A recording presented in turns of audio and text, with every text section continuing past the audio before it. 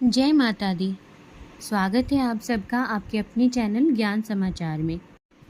आज हम नवरात्रि के 8वें अध्याय का पाठ करेंगे। श्री दुर्गा जी के 8वें स्वरूप का नाम महागौरी है। दुर्गा पूजा के 8वें दिन महागौरी की उपासना का विधान है। इनकी शक्ति अमोघ और फलदायिनी है। इनकी उपासना से साधक के सभी कलुष धुल जाते हैं। 8वां अध्याय आरंभ करते हैं।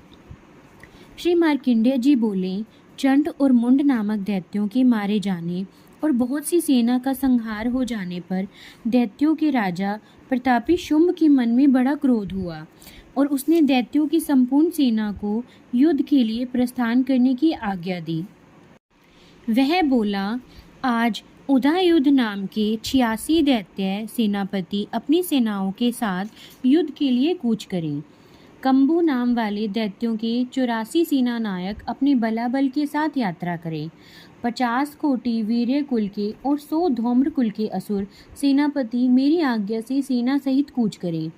कालक, मौर्य और कालके असुर भी युद्ध के लिए तैयार होकर मेरी आज्ञा से तुरंत प्रस्थान करें। भयानक शासन करने वाला असुरराज शुंभ इस प्रकार आज्ञा देकर सहस्त्रों बड़ी बड़ी सेनाओं के साथ युद्ध करने के लिए चल पड़ा। उसकी अत्यंत भयंकर सेना आती देख चंडिका ने अपने धनुष की टंकार से पृथ्वी और आकाश के बीच का भाग गुंजा दिया। राजन, तब देवी के सिंह ने भी बड़े जोर जोर से दहाड़ना आरंभ किया। फिर अंबिका ने अपने घंटे के शब्द से उस ध्वनि को और भी बढ़ा दिया। धनुष की टंकार, सिंह की दहाड़ और घंटे की ध्वनि से संपूर्ण दिशाएं गूंज उठी। उस भयंकर शब्द से काली ने अपने विकराल मुख को और भी बढ़ा लिया तथा इस प्रकार वे विजयनी हुई। उस तुमुल नाद को सुनकर दैत्यों की सेना ने चारों ओर से आकर चंडिका देवी, सिंह और काली देवी को क्रोधपूर्वक घेर लिया। राजन, इसी बीच में असुरों के विनाश और देवताओं के अभ्युदय के लिए ब्रह्मा, शिव, कार्तिकेय, विष्णु तथा इंद्र आदि देवों की शक्तियाँ, जो अत्यंत पराक्रम और बल से संपन्न थी, उनके शरीरों से निकलकर उन्हीं के रूप में चंडिका देवी के पास गई। जिस देवता का जैसा रूप, जैसी वेशभूषा और जैसा वाहन है, ठीक वैसे ही साधनों से संपन्न हो उनकी शक्तियाँ असुरों से युद्ध करने के लिए आई। सबसे पहले हंस युक्त विमान पर बैठी हुई अक्षय सूत्र और कमंडलू से सुशोभित ब्रह्मा जी की शक्ति उपस्थित, जिन्हें ब्रह्मानी कहते हैं। महादेव जी की शक्ति वृषभ पर आरूढ़, 2 हाथों में श्रेष्ठ त्रिशूल धारण किए गए, महानाग का कंकन पहने, मस्तक में चंद्र रेखा से विभूषित होकर वहां आ पहुंची। कार्तिकेय जी की शक्ति रूपा जगदम्बिका उन्हीं का रूप धारण किए श्रेष्ठ मयूर पर आरूढ़ होकर हाथ में शक्ति लिए दैत्यों से युद्ध करने के लिए आई। इसी प्रकार भगवान विष्णु की शक्ति गरुड़ पर विराजमान हो शंख, चक्र, गदा, शारंग और खड़ग हाथ में लिए वहां आई।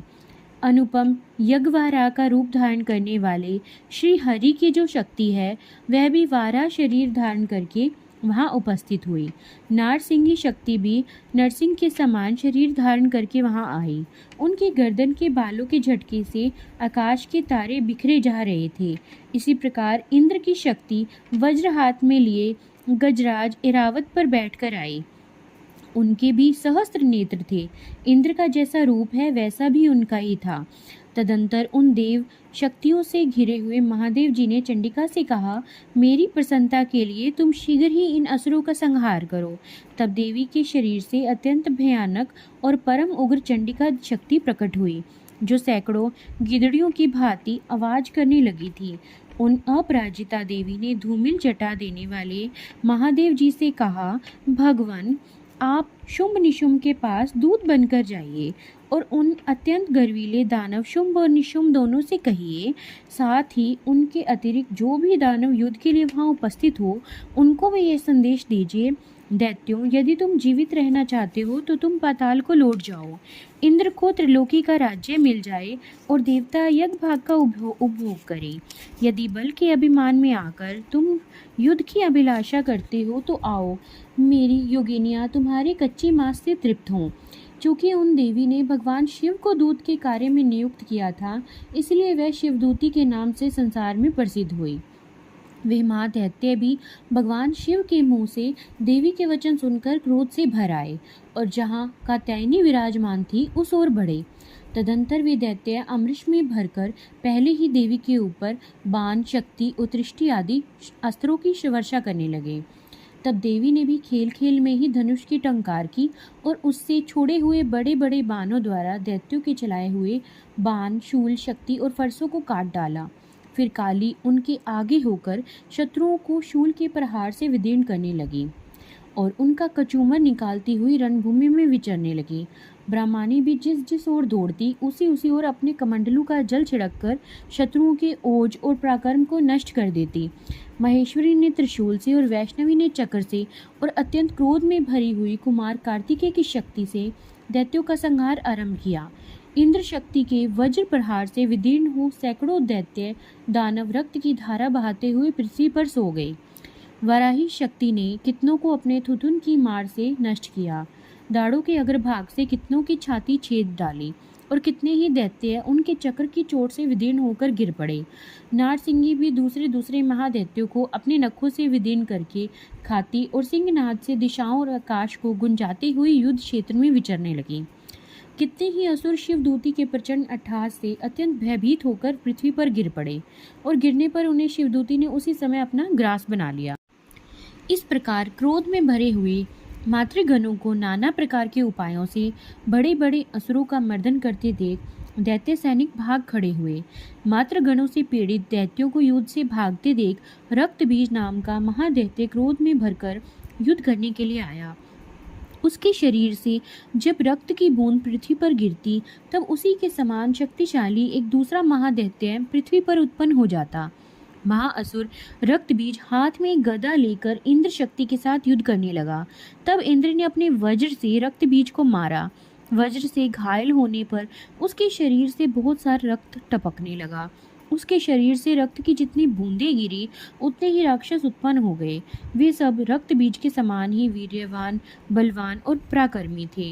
रक्त से उत्पन्न होने वाले वे राक्षस भी अत्यंत भयंकर अस्त्र शस्त्रों का प्रहार करते हुए वह मातृगणों के साथ घोर युद्ध करने लगे। पुनः वज्र के प्रहार से जब रक्त बीज का मस्तक घायल हुआ तब रक्त बहने लगा और उससे हजारों राक्षस उत्पन्न हो गए। वैष्णवी ने युद्ध से रक्त बीज पर चक्र का प्रहार किया और इंद्री ने उस दैत्य सेनापति को गदा से चोट पहुंचाई। वैष्णवी के चक्र से घायल होने पर उसके शरीर से जो रक्त बहा और उससे उसी के बराबर आकार वाले सहस्त्रों महादैत्य प्रकट हुए। उनके द्वारा संपूर्ण जगत भर गया। कुमारी ने शक्ति से, वराही ने खड़ग से और महेश्वरी ने त्रिशूल से महादैत्य रक्तबीज को घायल किया। क्रोध से भरे हुए उस महादैत्य रक्तबीज ने भी गदा से सभी मात्र शक्तियों पर अलग अलग प्रहार किए। शक्ति और शूल आदि से अनेक बार घायल होने पर जो उसके शरीर से रक्त की धारा पृथ्वी पर गिरी उससे भी निश्चय ही सैकड़ों असुर उत्पन्न हुए। इसी प्रकार उस महादैत्य के रक्त से प्रकट हुए असुरों द्वारा सारा संसार व्याप्त हो गया। इससे उन देवताओं को भी बड़ा भय हुआ। देवताओं को खिन्न देख चंडिका ने काली से शीघ्रतापूर्वक कहा, चामुंडे, तुम अपना मुंह और भी अधिक फैलाओ तथा मेरे शास्त्राघात से गिरने वाले रक्त बिंदुओं और उनसे उत्पन्न होने वाले महादैत्यों को तुम अपने इस उतावले मुख से खा जाओ। इस प्रकार रक्त से उत्पन्न होने वाले महादैत्यों का भक्षण करती हुई तुम रण में विचरती रहो। ऐसा करने से तुम उस दैत्य का सारा रक्त क्षीण हो जाने पर वह स्वयं ही नष्ट हो जाएगा। उन भयंकर दैत्यों को जब तुम खा जाओगी तब दूसरे नए दैत्य उत्पन्न नहीं हो सकेंगे। काली से यह कहकर चंडिका देवी ने शूल से रक्त बीज पर प्रहार किया। तब काली ने अपने मुख में उसका रक्त ले लिया तो रक्त बीज ने वहां चंडिका पर गदा से प्रहार किया, किंतु उस गदा प्रहार ने देवी को तनिक भी वेदना नहीं पहुंचाई। तत्पश्चात रक्त बीज के घायल शरीर से बहुत सा रक्त गिरा, किंतु जो ही वह गिरा त्यों ही चामुंडा ने उसे अपने मुख में ले लिया। रक्त गिरने से काली के मुख में जो महादैत्य प्रसन्न हुए उन्हें भी वे चट कर गए। उन्हें रक्त बीज का रक्त भी पी लिया। तत्पश्चात देवी ने रक्त बीज को, जिसका रक्त चामुंडा ने पी लिया था, वज्र, बाण, खड़ग आदि से मार डाला। राजन, इस प्रकार शस्त्रों के समुदाय से आहत वे रक्तहीन हुआ महादैत्य रक्त बीज पृथ्वी पर गिर पड़ा। इससे देवताओं को अनुपम हर्ष की प्राप्ति हुई और मातृगण उन असुरों के रक्तपान से मदमित होकर नृत्य करने लगे। जय माता दी। अध्याय संपन्न हुआ।